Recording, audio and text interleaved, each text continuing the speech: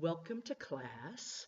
My name is Professor Oakes, or Prof. O, as you guys may start to call me as time goes on, and I want to welcome you to this semester's INT-315, which is Intelligence, Collection, Analysis, and Technology. I hope you like the course. Before we get started, I want to talk a little bit about the course. It is a 3-semester-hour course, but it is an accelerated semester, so if this is your first online experience, just be aware of that accelerated timeline. You are probably going to have to do a little bit more work than you would do in the full 16-week in a much shorter amount of time, if that makes sense. So because it's a 3-semester-hour class, I would teach you the same thing that I would teach you in a full semester, but we're doing it in half the time. What does that mean for you? It means that instead of 1 or 2 assignments a week, you may have some weeks where you have 2 or 3 things due. That also means that the reading is pretty intense. So our 2 books that we use for this class, Lowenthal and Treverton, you should have those in hand right now. Just start reading and just stay ahead on that reading. From a normal pace in this class, all of your work is due on Sunday nights at midnight. So I would expect that, Monday, Tuesday, you're doing your reading, etc., and then you start to get into our discussions and working on papers, etc. So that's kind of that battle rhythm of how we're going to do that. If you're interested in knowing who I am as a person, my biography is on our Blackboard homepage for our classroom, so you can go in there and read about that because I'm not going to talk about myself in a video. So class norms, some of the things that you're going to be expected to do, we'll have a discussion every single week. You'll have a couple of questions that you need to respond to in discussion, and some of them are kind of provocative. Some of them are opinion based. Good Lord.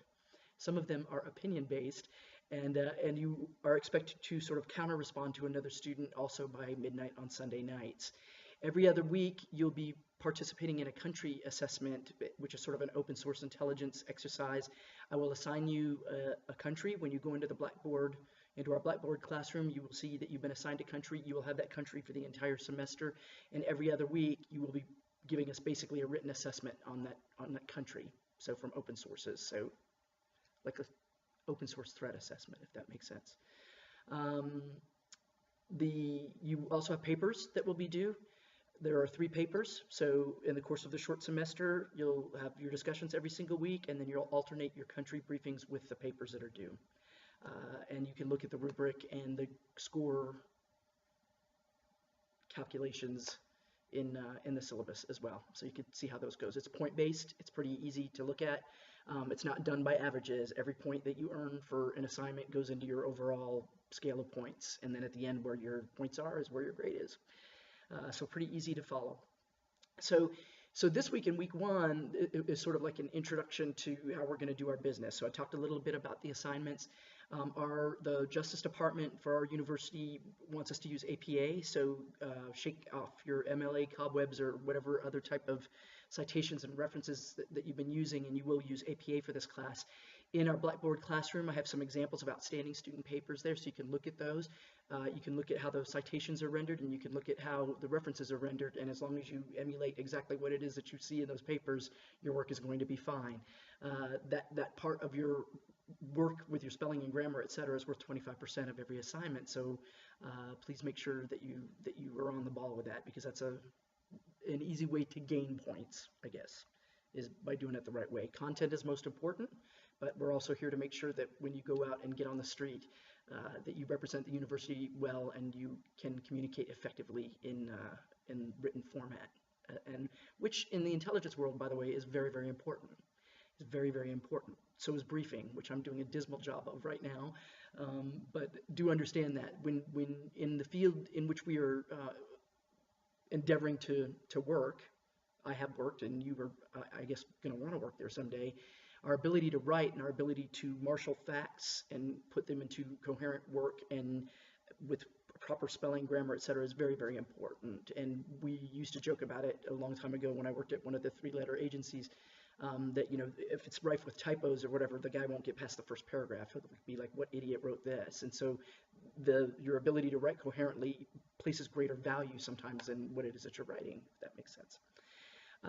So intelligence, this week you're going to get started on your reading, and we're going to talk a little bit about the intelligence process and the history of intelligence a little bit, some key things that shaped us, and Once technology started to hit in the 20th century, and the attack at Pearl Harbor, which ultimately led to the National Security Act of 1947, in terms of legislative changes, and then everything that went on during the Cold War, and just leaps and bounds of technology. And it kind of goes in spurts, and definitely in the last 20 to 30 years, it has happened again. When we look at like how I'm talking to you right now in this video, or my iPhone that's sitting right here next to me, etc. That technology, every time technology changes, it presents a huge drama for intelligence operations, because the trick is you got to be ahead of it, right? So I'm not sure if any of you remember a couple years ago when there was an issue where the federal government was trying to get into an iPhone. Big drama, because that's, it was a private company, et cetera. But when we look at SIGINT, signals intelligence, and we look at all of the things that encompasses, or cyber, et cetera, the ability to gather information is not just what I'm going to have you do for your country studies, which is open source, like when you're sitting on your couch on a Saturday afternoon, surfing the web and you're just reading stuff. Sure, that's gathering information, but intelligence is much more nuanced than that. And so the technology challenge for intelligence operations is huge, is very huge. And I just swore that I would not use that word anymore, but it is huge. I distracted myself because never mind. It was funny in my head. Anyway, so the intel process, back to the intel process. So in order to go into the intelligence process, the first thing we have to do is collect information. So information is pretty raw, and you guys collect information every single day of your life. But there's a difference between information and intelligence. So information is, I want to go to the campus, and I don't know how to get there, so I pull up a map on my iPhone, or I open a map up, etc., and I look at that map, and that map will provide me information from how to get to A to B, right? So every day I'm driving to the university, and as I'm driving to the university, however, I start to notice that there's like road construction here, or maybe at a certain time of the day, traffic is heavier on a certain stretch of road, etc. And as I start to lay other things on top of it, I start to refine that information. I start to basically perform analysis, and my information then becomes intelligence. So the information is the map, the intelligence would be all of the things that are going on the ground around that map, if that makes sense. I hope that's a good example. It's kind of rudimentary, but information is not intelligence. Put another way, all intelligence is information, but not all information is intelligence, and that's from Lowenthal. You'll see that when you read this week, and it's to the point. It really is. So in order for information to become intelligence, it has to be massaged a little bit. It has to be worked, right? So when we look at the intelligence process, the first thing we do is we collect information. So you're sitting in an airport, and you're looking around, and your eyes are doing your work, or your ears are doing your work, etc. That is collecting information. You're surfing the internet, and you're collecting information. You're channel surfing the TV, you're collecting information, etc.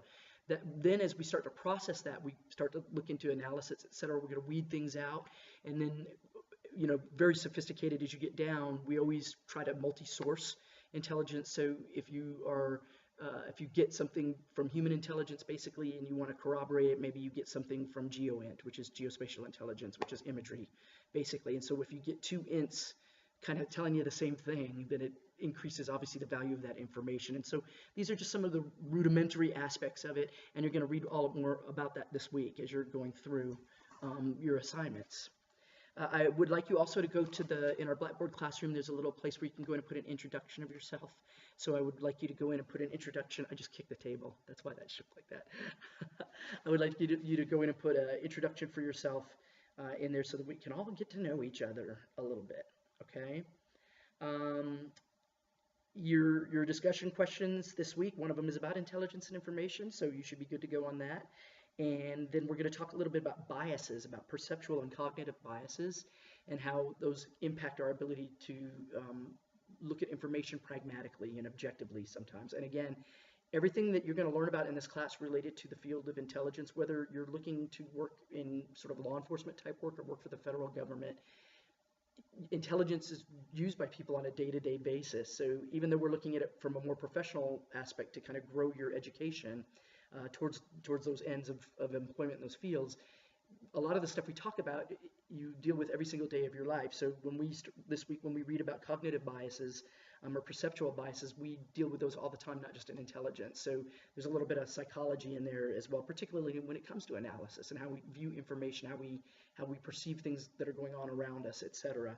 And so just keep that in mind while you're looking at that, okay? The other thing that will be due this week is your first country brief.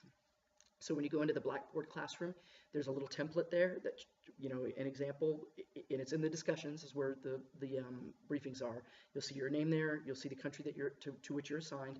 And then there's a little template there that I would like you to follow just to kind of get you into that battle rhythm again of what those should kind of look like as you're going on in terms of the format of them.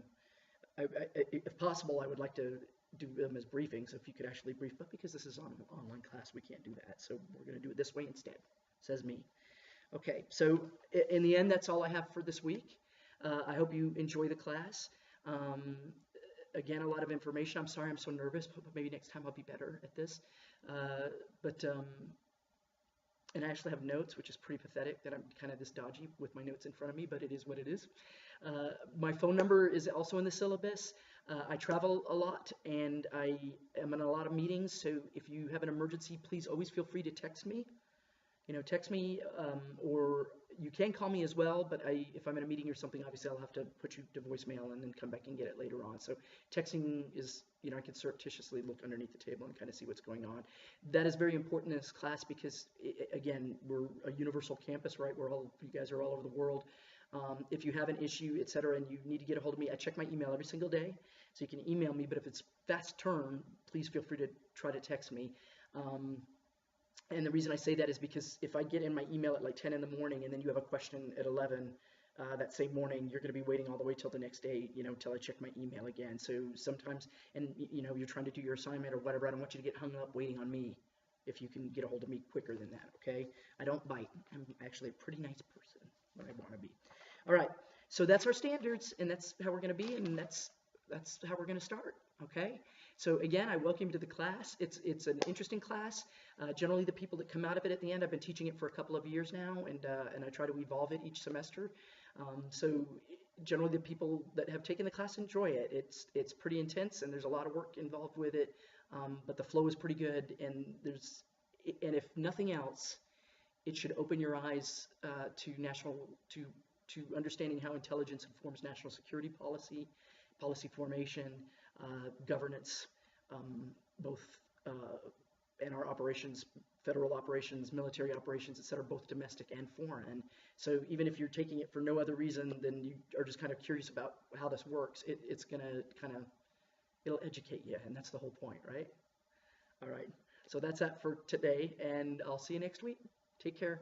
Bye.